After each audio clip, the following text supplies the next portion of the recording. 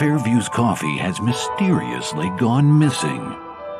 Mayhem ensues when strange, coffee-craving zombies plague the city. Detective Mickey Potatoes, an overworked public servant, uncovers why ordinary citizens are losing their minds and how to stop the coffee apocalypse.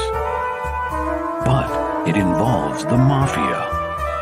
And when you're dealing with mafia crime families, nothing is ever easy.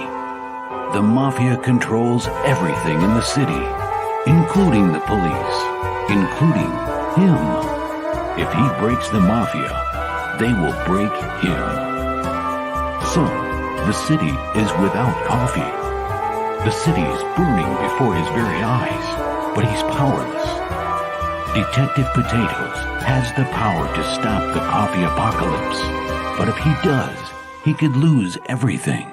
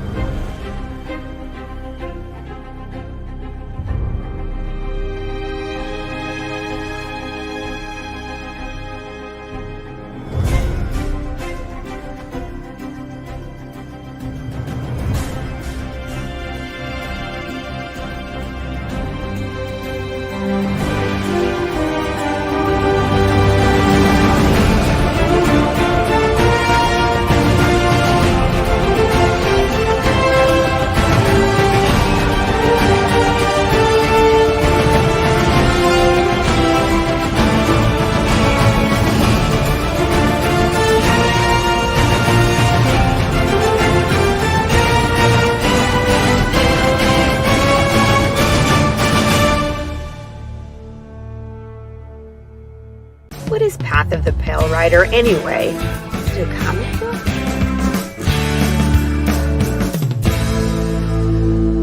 No, that's not it.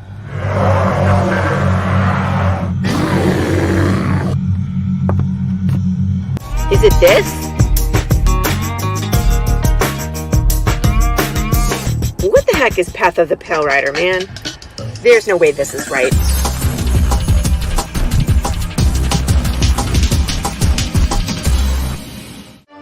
How about this? I have no idea. We're gonna rob a bank.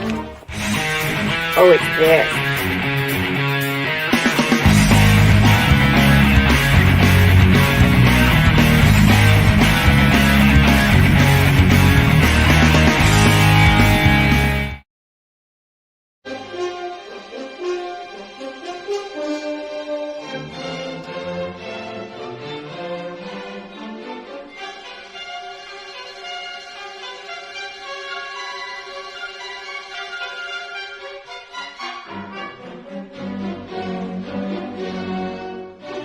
Alright, boys and girls. This is Ron from Romo Art, also from Sector 7. Alright, take 2. Nope.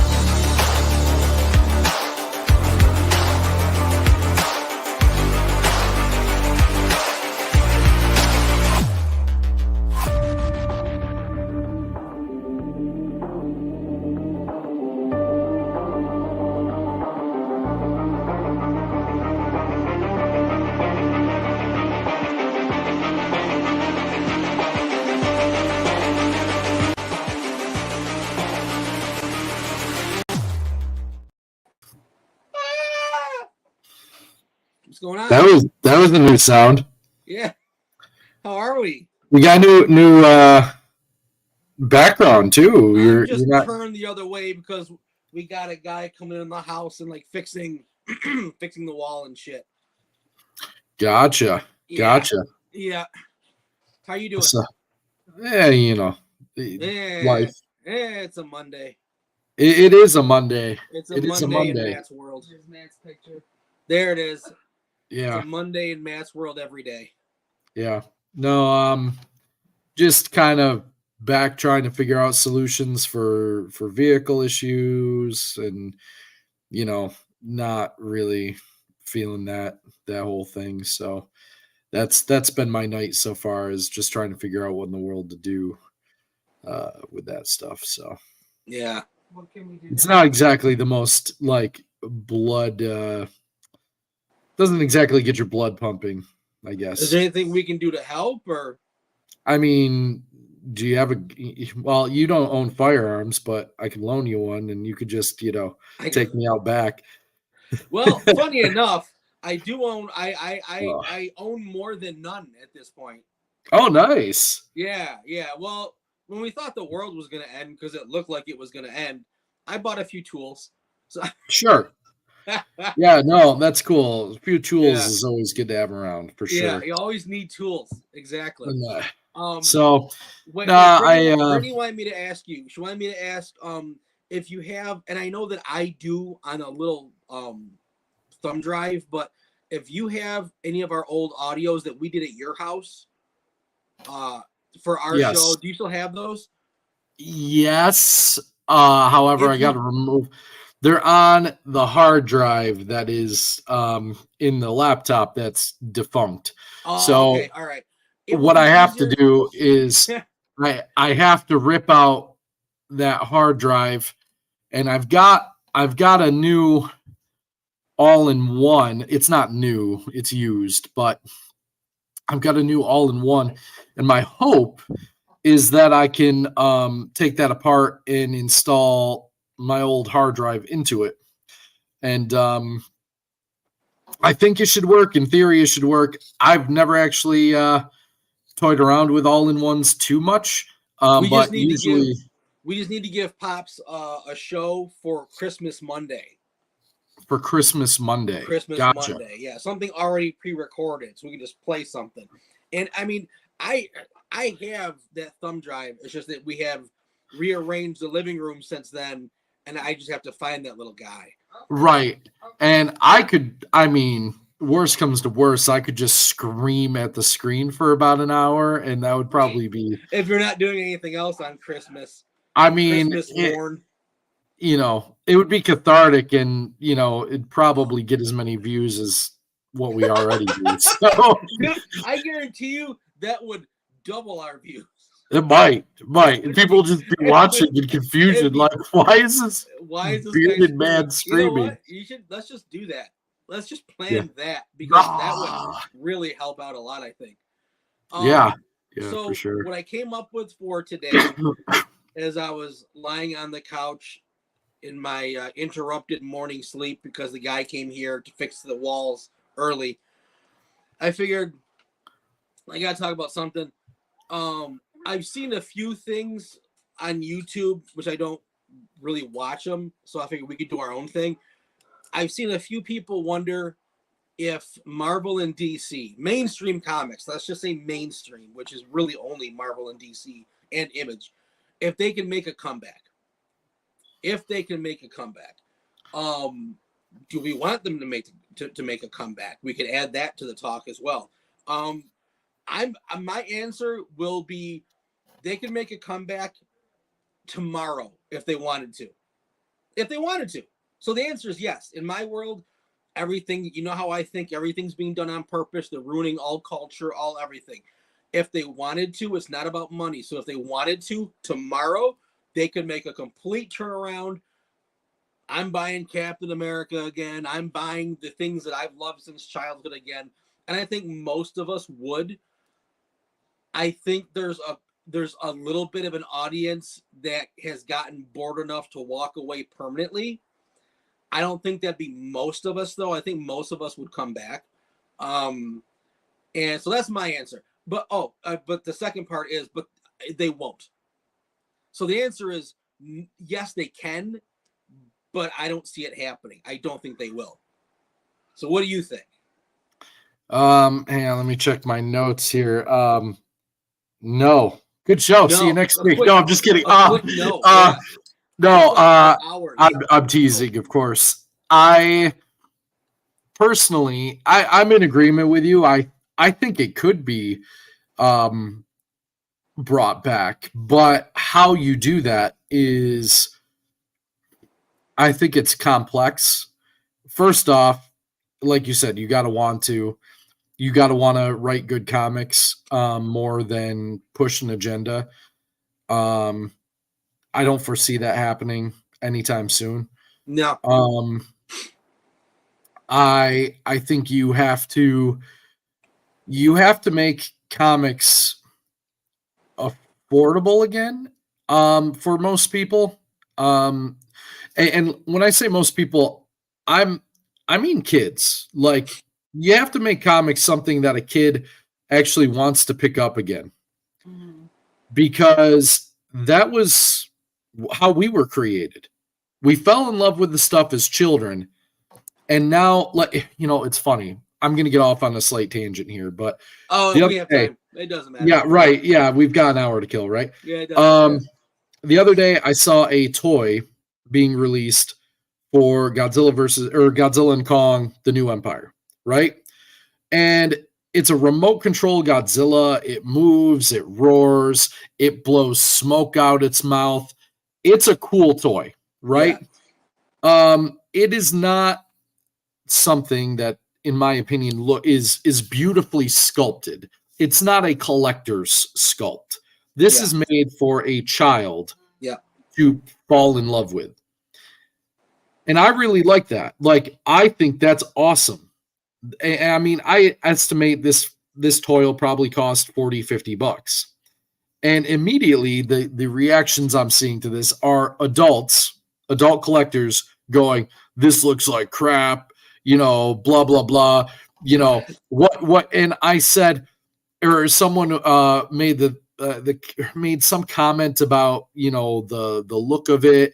It doesn't look, collectible. And I'm like, it's funny. It's almost like it was made for children, I was being super sarcastic and snarky there, but it's true. Like, dude, there's plenty of shit that's made for us, right?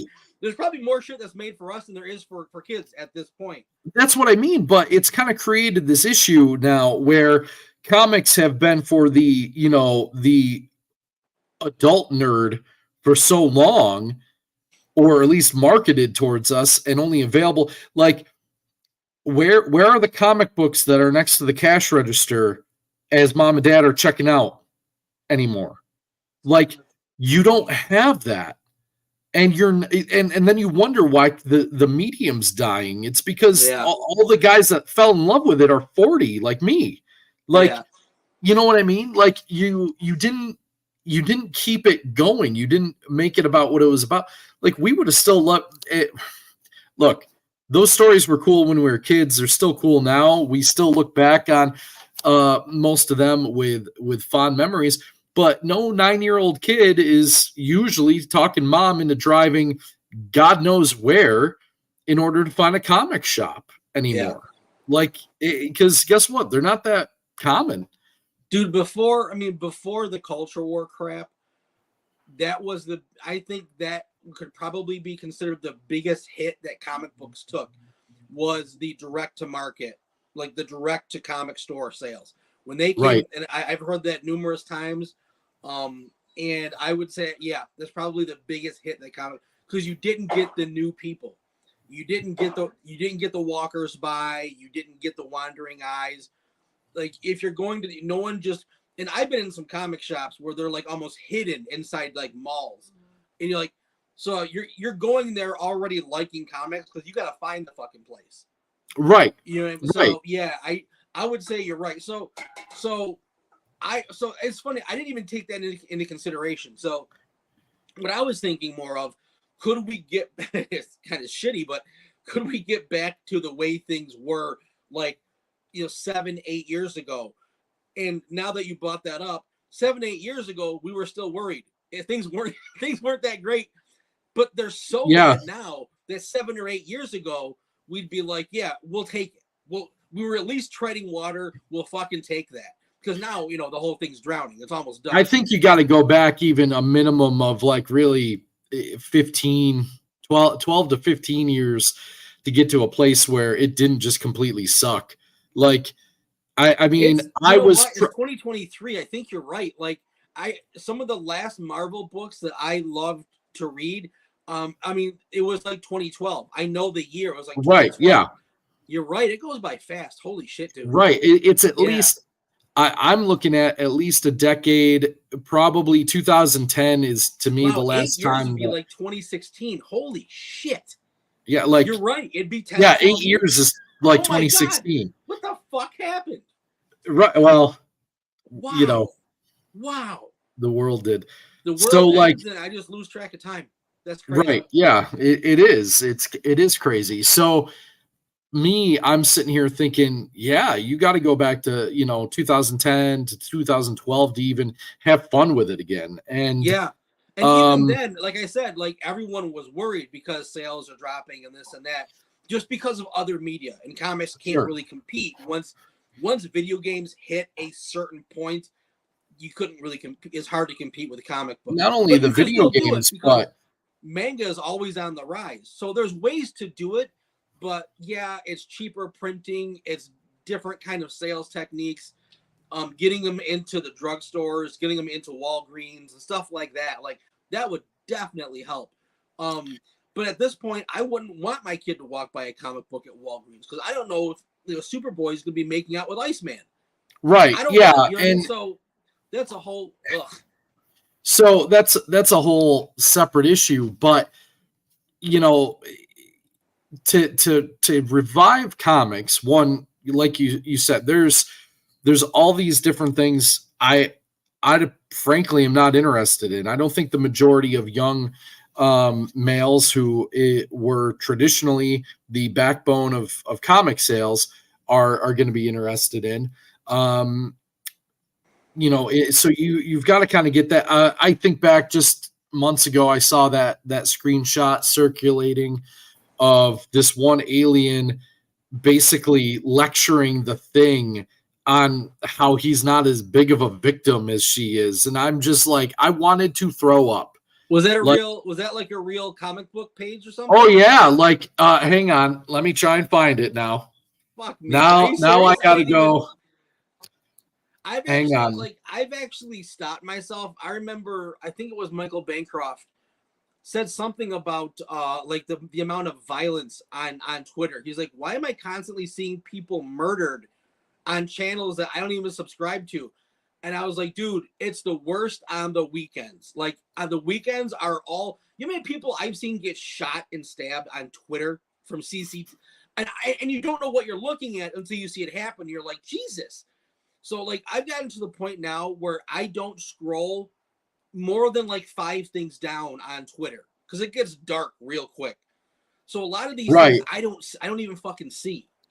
No, there was an alien, and essentially she was lecturing him because he tried to find a commonality with them based on his mutation, and she was like, I'm sure that the mutation was distressing, but you're still famous and you're still blah blah blah, and like it was gross. Like it just made me feel sick. Like I'm like, this is wrong. And oh god, it reminds me of the Dave Chappelle skit where he's talking about Sesame Street and he's like, bitch, I live in a fucking trash can.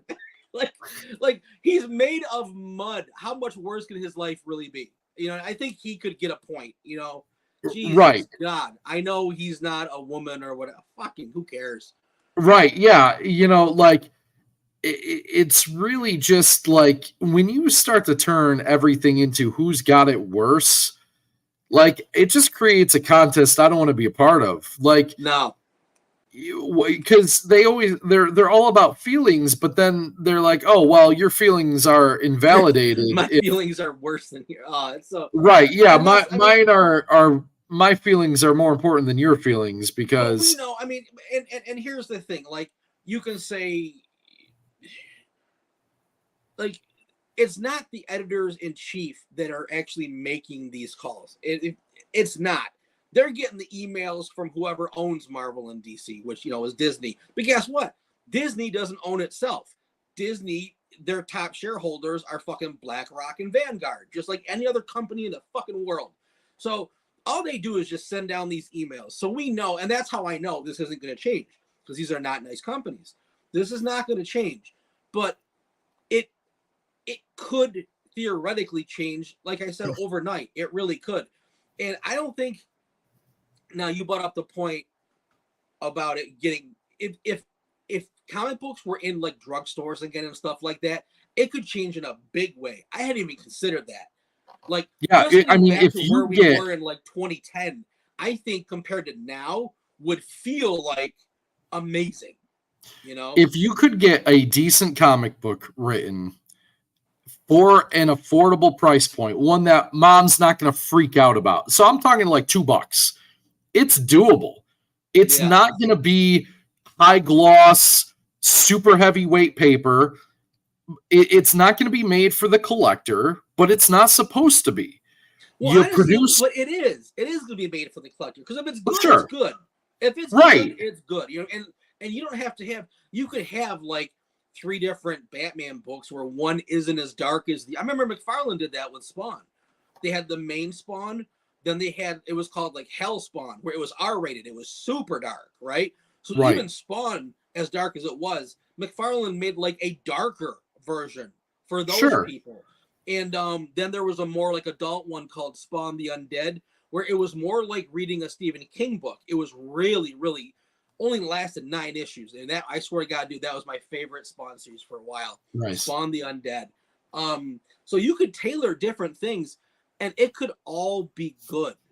Like, dude, my kids watch a cartoon called Uncle Grandpa. It's on like Nickelodeon or something. I don't know what it's on. Yep. All right.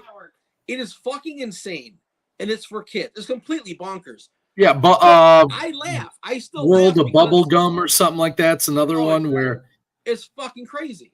Yeah, they're insane. He says good morning, and it's like, oh my God. The thing is, it's a huge acid trip.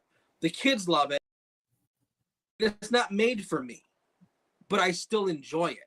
So, like, as I think collectors could easily collect a lighter Batman book, or you just not crap. Well, here's the thing: is the best collectibles don't start off as collectibles. And that's what comic books. That they're collectibles. Right, and that's what comic books have become, is collectible. And it's like, no, how about you create a great comic book and it will become collectible by design? But that's not what companies want anymore. They want the money up front. They don't want the secondary market to make that money. And honestly, that's kind of what's happening now in, since I was a kid, I've played Magic the Gathering. And over the past several years, all I've seen them do is dilute their product. And I mean hardcore. And what they've done is they've shifted the money from the local card game stores, and they've shifted it to themselves, but at the cost of diluting their product. And I believe that long term, it is going to severely harm the game.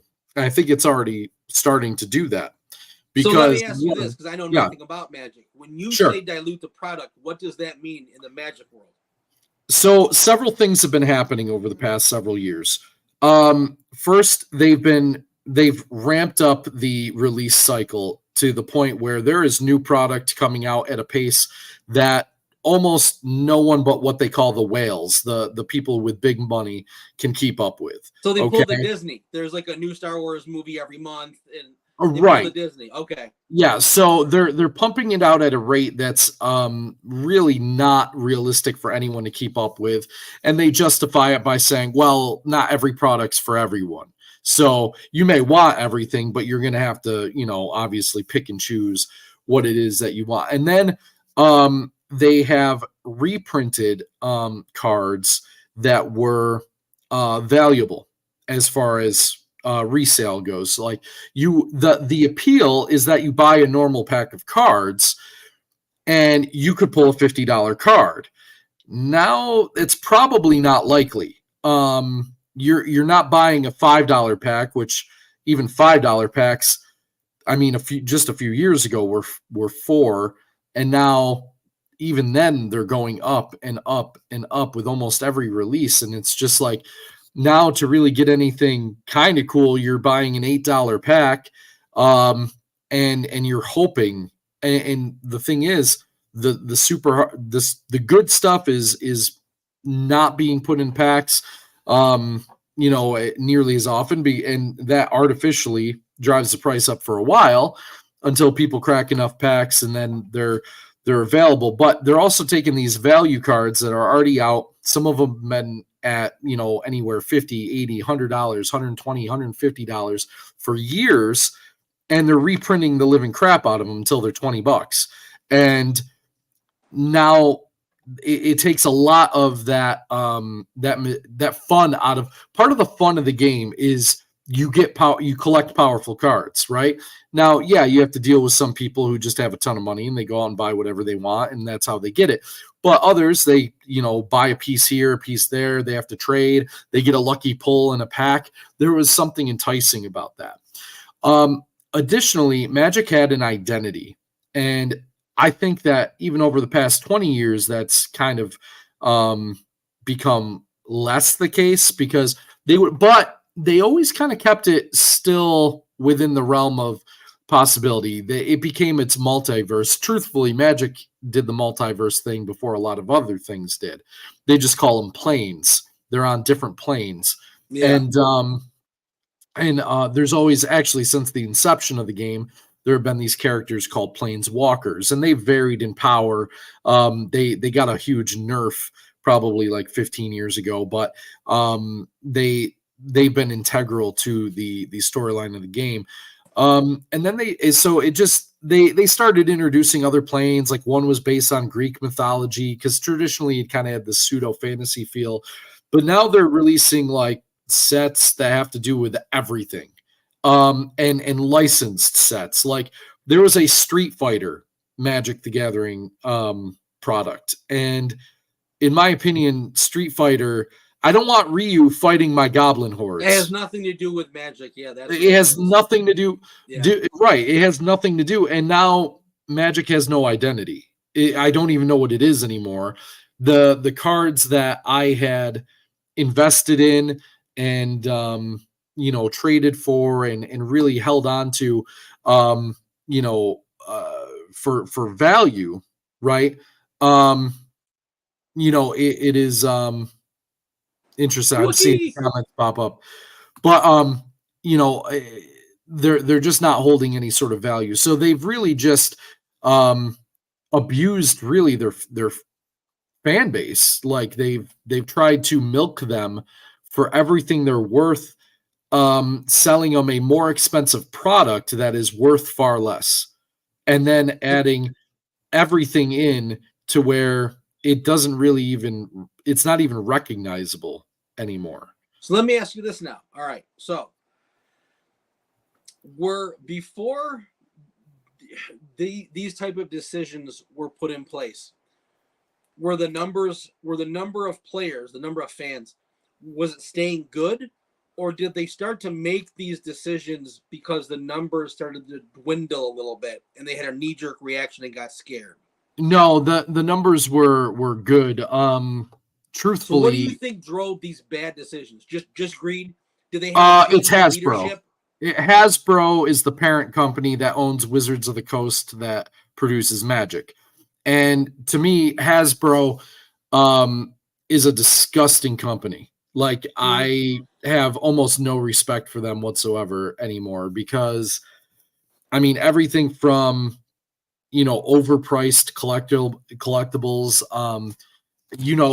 because I'm into the giant monster thing. I love the Power Rangers, especially the old stuff. Yeah. And they've got some really ridiculously priced figures that are not quality. They're really kind of trash. And, I find them to be incredibly, incredibly overrated. Like, you can get a much better product for a cheaper price. And like I said, I think this is purely driven by the bottom line, and they're going to absolutely push their fan base as hard as they possibly can. Like one recent set they did of the Lord of the Rings, they created a card that is serialized. It had special art, and it was one of one. And it was a gimmick because it was like a lottery. Like, here, kids, come, or adults at this point now too. Adult kids. Because adult kids, like, come buy as many packs as possible and hope you won the lottery. And someone did, and Post Malone ended up buying the card for $2 million. And yep, I'm dead serious. So right, but like, they sold a ton of packs because they had a carrot on a stick. And to me, you're just to me, it's almost insulting to the fan base. Yeah. I can't support it. I've completely lost interest because it changed everything that I really knew and loved about the game. And see, that's what I'm having trouble with now, and that's why. I mean, look, I'm not like an indie's the best guy. Like, I don't give a shit. I just want good stuff. All right. Right. Whether it's an indie book or a mainstream book, I don't fucking care. It's just I got into comics because of the characters. So because of Wolverine, because of Spider-Man, because Wolverine was the first one, really. And so I would love to see books of the characters that, like, I don't have any. I know some people do. I just don't. I don't have any indie book. And I don't really consider Spawn indie. It's not indie. Any indie character where, like, I'm drooling for their next thing. It just hasn't happened yet. I love all the. Now, that's not to say I don't love indie books. I've got a bunch. They're good, but there's something about, especially, I mean, you know how this feels, the stuff you loved as a kid, which the indie stuff wasn't there when I was a kid. You know what I mean? Right. It's just the way it is. So I would love to see the mainstream characters that I grew up watching cartoons of.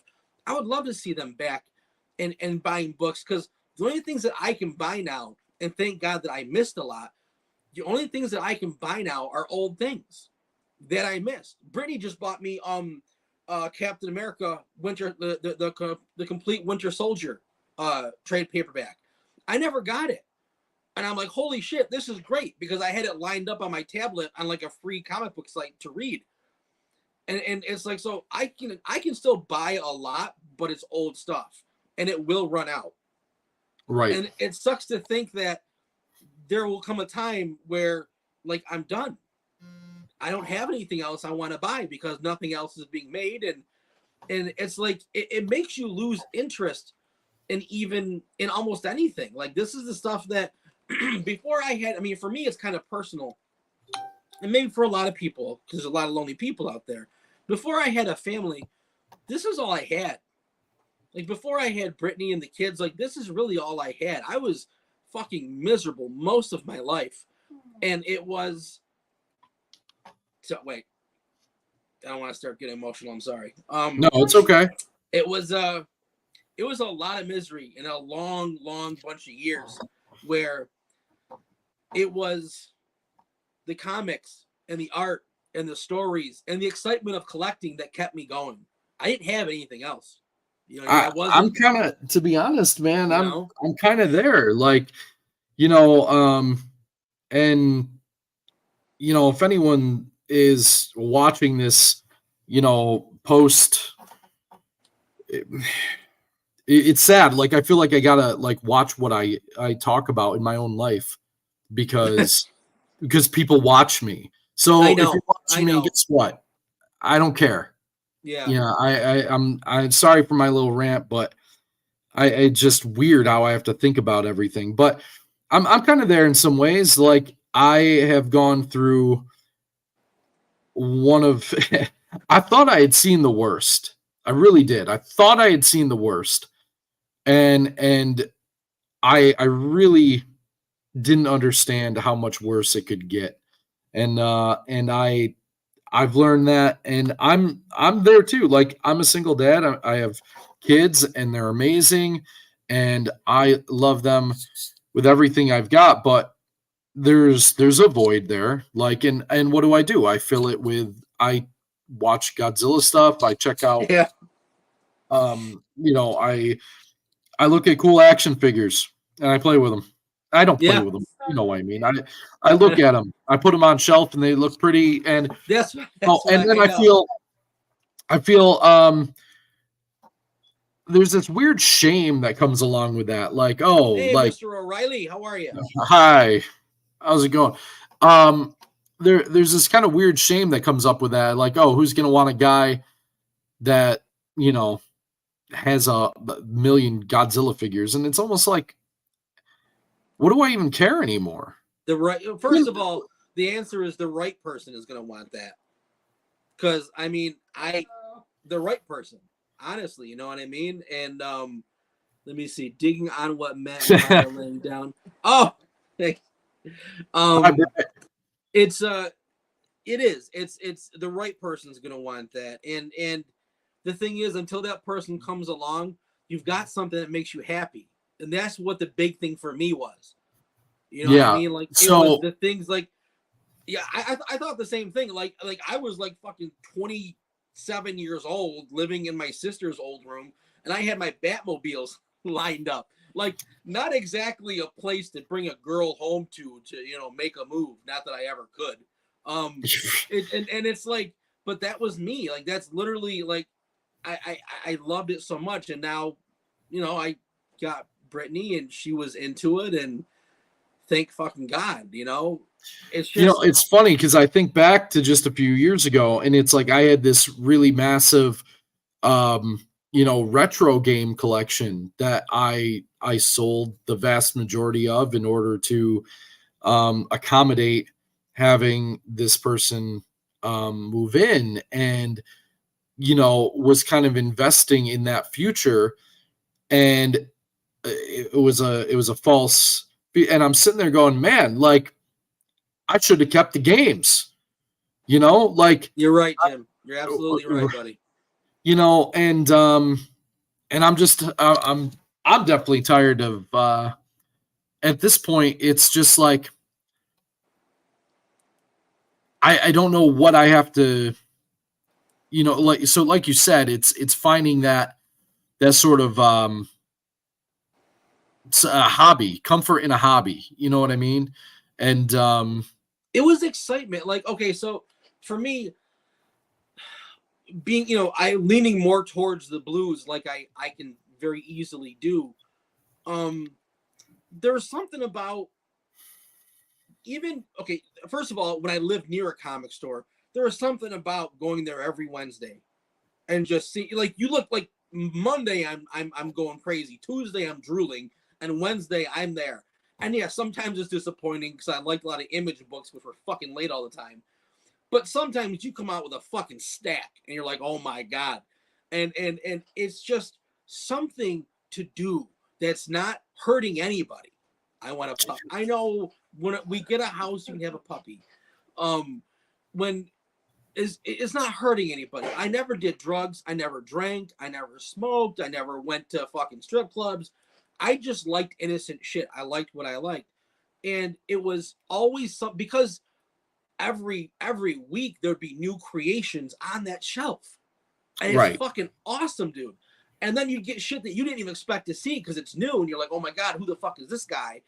And then you, like, I know people, like I've said before, I know people that are in the indie world right now with people who have been in the industry, okay? Not like an Ethan Van Sciver, but they were like inkers. You know what I mean? Inkers, and no one really gives those guys the respect that they fucking deserve. And their books are amazing looking. And I talked to them personally, through the private messages, and I'm like, dude, I swear to God, it's not fair. I'm like, if your shit came out in the comic store like 20 years ago, you'd be a millionaire by now. You would have made your name. And now they're scraping to get past like $20,000. And it's like, and their shit is miles ahead of a lot of things that are making $60,000. But I don't know. They were, but they were inkers. They were in the business, but they were inkers. They weren't the artists, and no one knows who the hell the inker is, except for people like me, because ink is really fucking hard. And it's like, it's just, I don't know how I got talked about that, but it's just, there's shit that you can look forward to. And then when I couldn't go to the comic store, but guess what?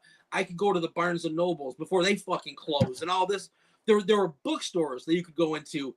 And when I was going there, they had like double rows of graphic novels. And it ended up going down to like a few years ago. I think at this point they have like one section of shelf for American graphic novels. And like, that's it. It's over, right? So you could still get it. I didn't live near a shop, but I lived near a bookstore, so I could still get it. And it was just something to keep me going. And in fairness, Walmart now has started to carry, I don't know if you've noticed this at all, but they do have a small section of graphic novels, and some of them are legitimately good. Like they have like Target Batman's like, The Long Halloween and, stuff like that. And so it's not completely dead, but again, you're not seeing, I almost never see what I would consider to be a child go and look at those and and check them out like we would. Because the Long Halloween is sitting on the same shelf as the other collectibles, not the other toys. You know what I mean? It's like that book in particular is sitting there because it's a collectible one. It's a famous one. It's not a random Batman story. You know what I mean? No, it's not. One of my favorite random Batman stories is called Sleigh Ride. Have you ever heard of that one? Is that the one where the Joker is just like Santa Claus? He's driving a minivan. He's driving. Does he have Robin tied up or something like that? Yep, yes, that's it. Yes. I love that story. It's not long. It's not particularly brilliant by any. It's just a fun Batman story where, and it's actually not even Batman is in it. Like, no, it's not basically it's just Joker and Robin. I love the part he goes and he's like rattling off his order in the drive-through of a fast food joint, right? And the woman's like, "I'm sorry, sir, I didn't catch any of that. Could you please repeat it?" And he's like, "Of all the, blah blah." He gets all mad, and then he's like, the lady comes to the window. He's like, "I want to speak to your manager." The manager comes to the window, and she's like, "Yes, sir." And he's just like blows him away. He shoots him. I was like, it was just like, wow, that was such a cool little story. And like, I tell you, they don't even do those anymore. So no, it got to the point where, and I can see this happening over like the last, let's say 8 years. I can see it happening to where these storylines would last like 12 issues, like a year-long storyline. And then there was one, I think Tom King was writing Batman, and I wasn't a Tom King hater in the beginning of his run. I liked his writing, but I didn't like it at the end. I mean, it was like he wrote one, I swear to God, dude, this storyline was like 2 fucking years long. And it's just one of those things to force you into continually buying, even if, and they kind of know our mentality. They're like, well, people like us are like, well, okay, the art's good enough, and I at least got to see how it ends. So I'll spend $5 more. Even though I don't like it, I got to see how it ends. You know what I mean? They stopped doing those random single issue stories or 2 or 3 issue stories. And then after the year-long storyline, guess what? The next writer comes on and does his year-long fucking story. I'm like, oh my, like you're tired after reading them. It's crazy. It's fine to do that once in a while, but they've come, and honestly, the same goes for the movies too. They've totally lost the ability to tell a short story, to tell a small story. So you have, hi Christian. So you have these gigantic epics after, and honestly, they're just not that epic anymore. If you half the time you're like you said, you're burnt out after reading one of them. Yeah, and, you do. You get burnt. And Jeff Johns writes a lot of that stuff. Some stuff of Jeff Johns I like, and some of them, like I read Blackest Night, which was phenomenal art. I love the artist so much. But I will tell you, like, I'm reading through it, and he crams so much in there, and there's always these characters I have no idea who they are, and then it's I almost feel manic trying to get through each issue because there's 1,000 word balloons and there's just a billion things going on. And like I said, it's like watching the Man of Steel, like that half hour of just noise and buildings falling. You're like exhausted afterwards. It's too much. Yeah. The other thing is too, like, I think I remember when that came out and that was like a big deal. And I bought Blackest Night #1 just as a collectible, right? And I said, I'm gonna wait till the whole thing's in a trade paperback because I'm not buying 20. Yeah, I wasn't going to buy 20 different lines. Want, like the omnibus, it like you could get like the main 12 or something, the main 6. But then if you want the whole thing, it's like 42 different comic books. Right. I'm not doing that. All this. It ran through the entire DC line. Right. And I never liked doing that. But like, it was a good story, but it's like some of his stories are like hyper manic. It's just way too much going on. And the subtlety is gone. It's like watching a Michael Bay movie. It's like the subtlety is out the window.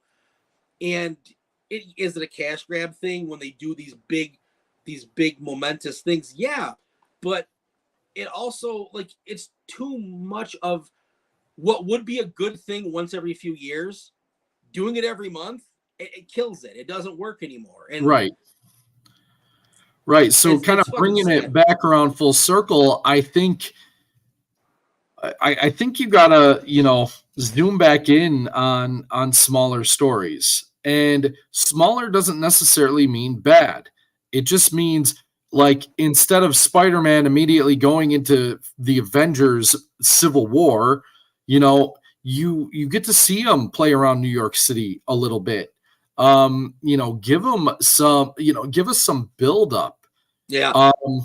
And honestly, I don't even think if you really want a franchise I don't think you have to have like the world apocalypse happening by the third movie. Like I really don't think you have to have that. That to me is so frustrating. Like, yeah, it's almost like this, by the time you get to the third film, they act like you've been with the story for 20 years. And it's like, come on, like you know why I loved the first one is because I got to see Spider-Man just, kind of being a kid and being Spider-Man. And, I didn't need, Spider-Man in space.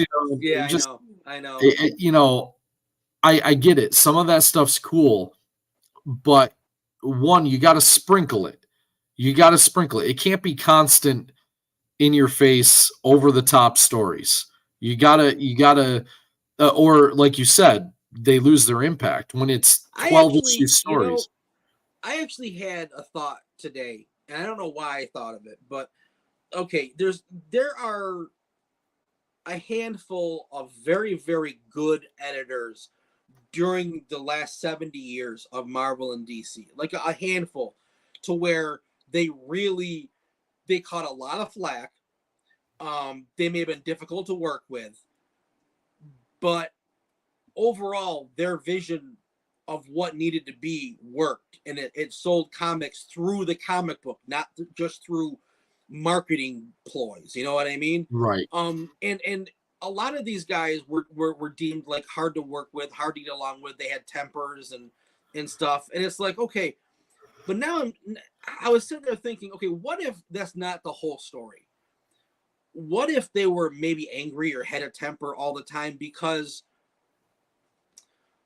who's writing comics now, which would be, the C words, you know what I mean? The red coats, whatever you want to call them, you know what I mean? Those are who are writing comics now. Fuck it, who cares? No one's watching. The communists. Fucking communists are writing comics now. Why do I give a shit? Who cares? Like, we don't all say it 1,000 times on YouTube anyways. So we got commies writing comics, all right? The CCs.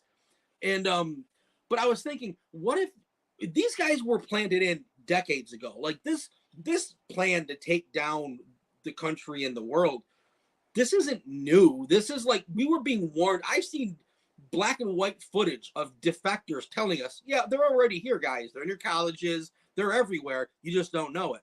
Well, they were right.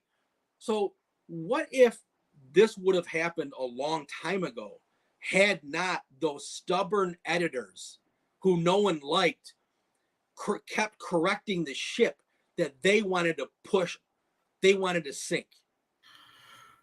Yeah, I mean, what if they were constantly fighting these bad ideas because they knew they sucked, but you know, the writers, they snuck in there and they got maybe some gigs and they want to do this with Spider-Man, and you get like the editor that knows who Spider-Man is, and he's like, you're not fucking doing that. No.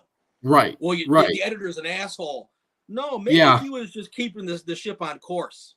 Well, I think anytime you get someone that actually knows what they're doing, you're gonna probably get that sort of response. And because there's a whole lot more people who don't.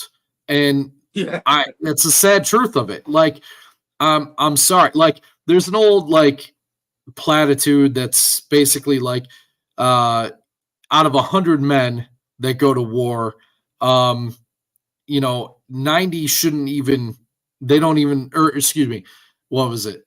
I don't think it was that many, but regardless, 90 shouldn't even be there, and that 10 or 9 will be the ones that actually that are the warriors. They're the ones that are actually going to turn the tide of the battle, and then you have the one that can actually lead them and bring them all home.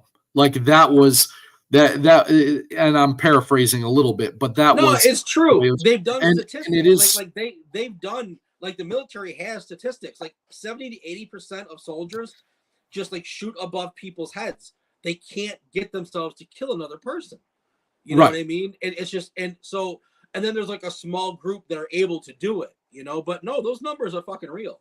Yeah, and I really think that, and I think it applies to more than just combat. I think it applies to a lot of things in life. You have a very select few who have what it takes to do whatever it is that needs to be done, and really kind of keep everyone else in check. And I think we have gotten to the point where that people hate the idea. We've pushed this idea that standards are so awful. Like that's really what it is. Like, societal, like there were things that definitely needed to change, but we've gone so far in the opposite direction with it that now, I saw the other day that some art students were visiting a gallery, and I don't know how true this is. I'm assuming it's pretty accurate, but I didn't fact check it. So if I'm wrong, whatever, sue me. But they went into an art exhibit and they found there was a display that was empty. So they set a pineapple on it, and they returned several days later and they found that someone had placed a glass case over the pineapple, and it was now being displayed as modern art. And to me, it's just even if that's fake, it's so close to reality that it could easily happen.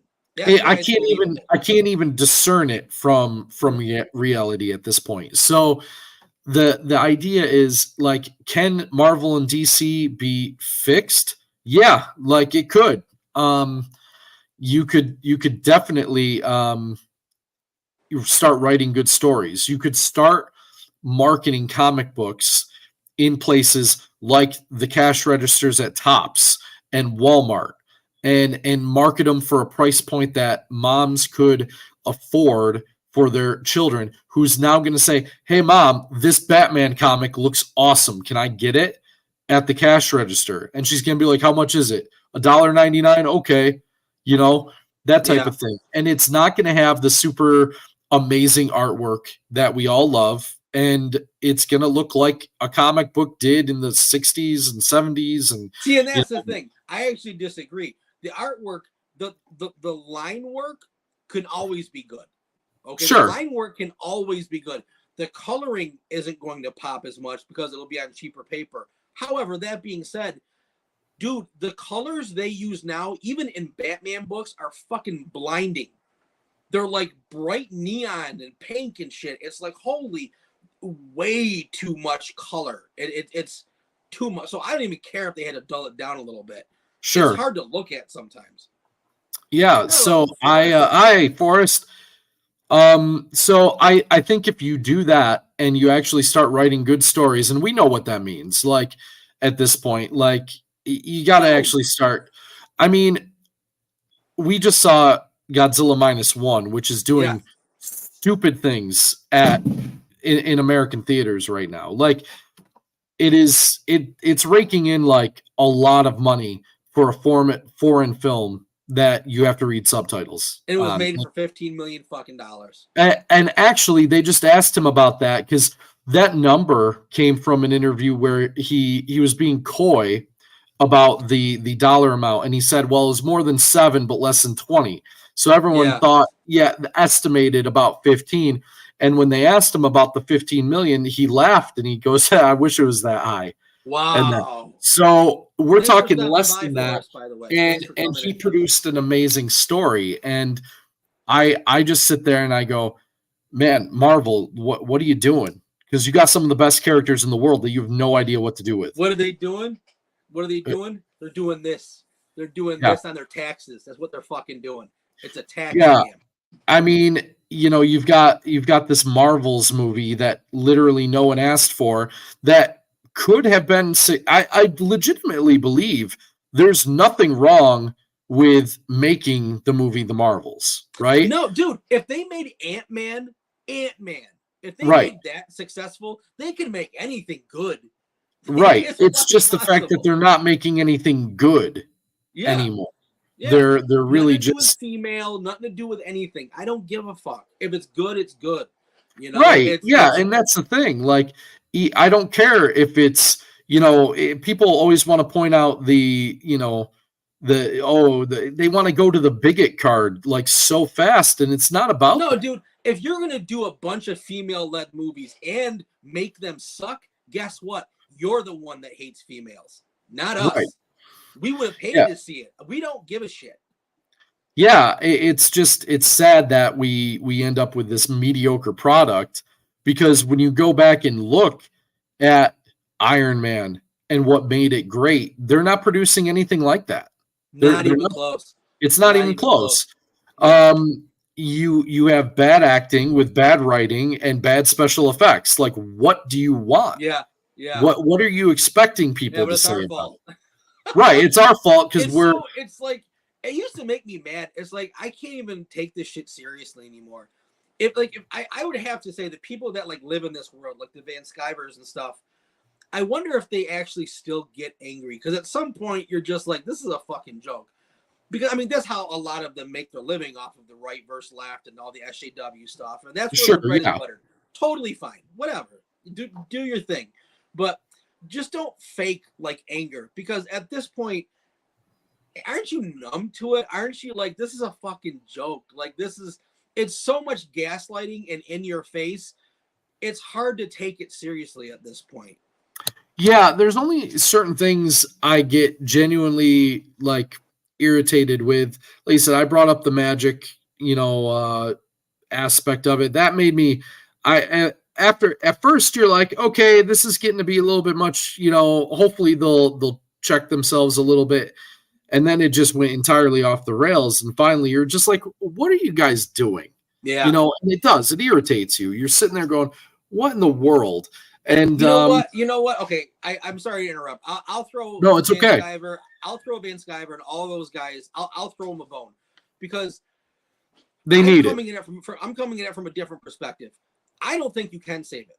So I think it's being done on purpose. It's not our IPs. We have no say in it, even though we love it. I think it can't be saved because they don't want it to be saved. But I think if I did believe that it could be saved and I needed to fight for it, I would be angry.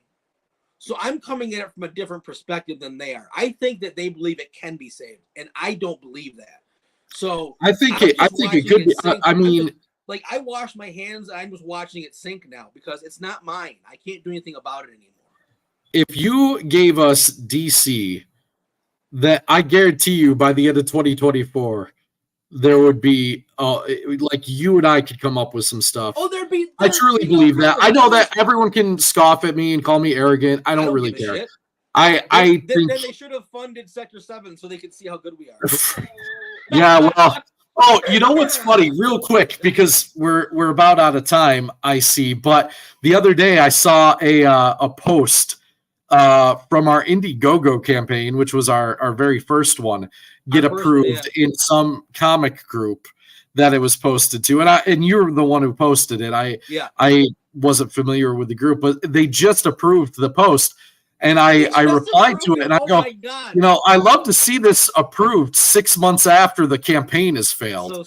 Like, thanks for that. Facebook was almost worthless for that. Anything that any kind of people that we got backing was from Twitter, and then therefore shows that we were on because of Twitter. You know what I mean?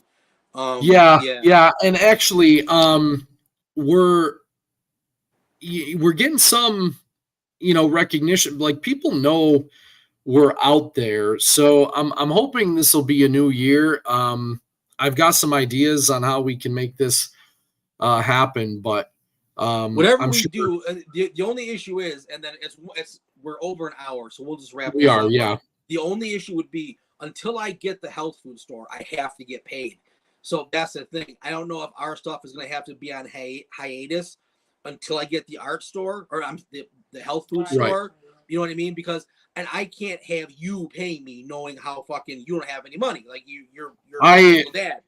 So it's like it is what it is. I've kind of accepted where I'm at. It's just that, like, I can't do my own personal stuff until I get the store. When I get the store, it's a different story. It's a much different story. And then we can go into all the things that we want to go into. I'm trying to think. I'm probably going to be looking at some other like IPs as well, just to try and write something and to get us out there to get like you said, you know, high tide raises all ships kind of thing. So if I can get some things sold and at least get a name in the kaiju community. I don't really believe that, but we could raise each other's ships.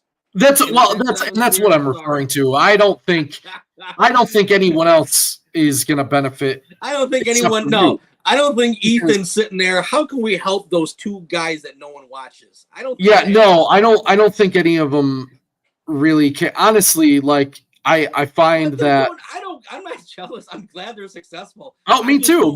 I don't believe in that saying. I don't believe that saying is all right.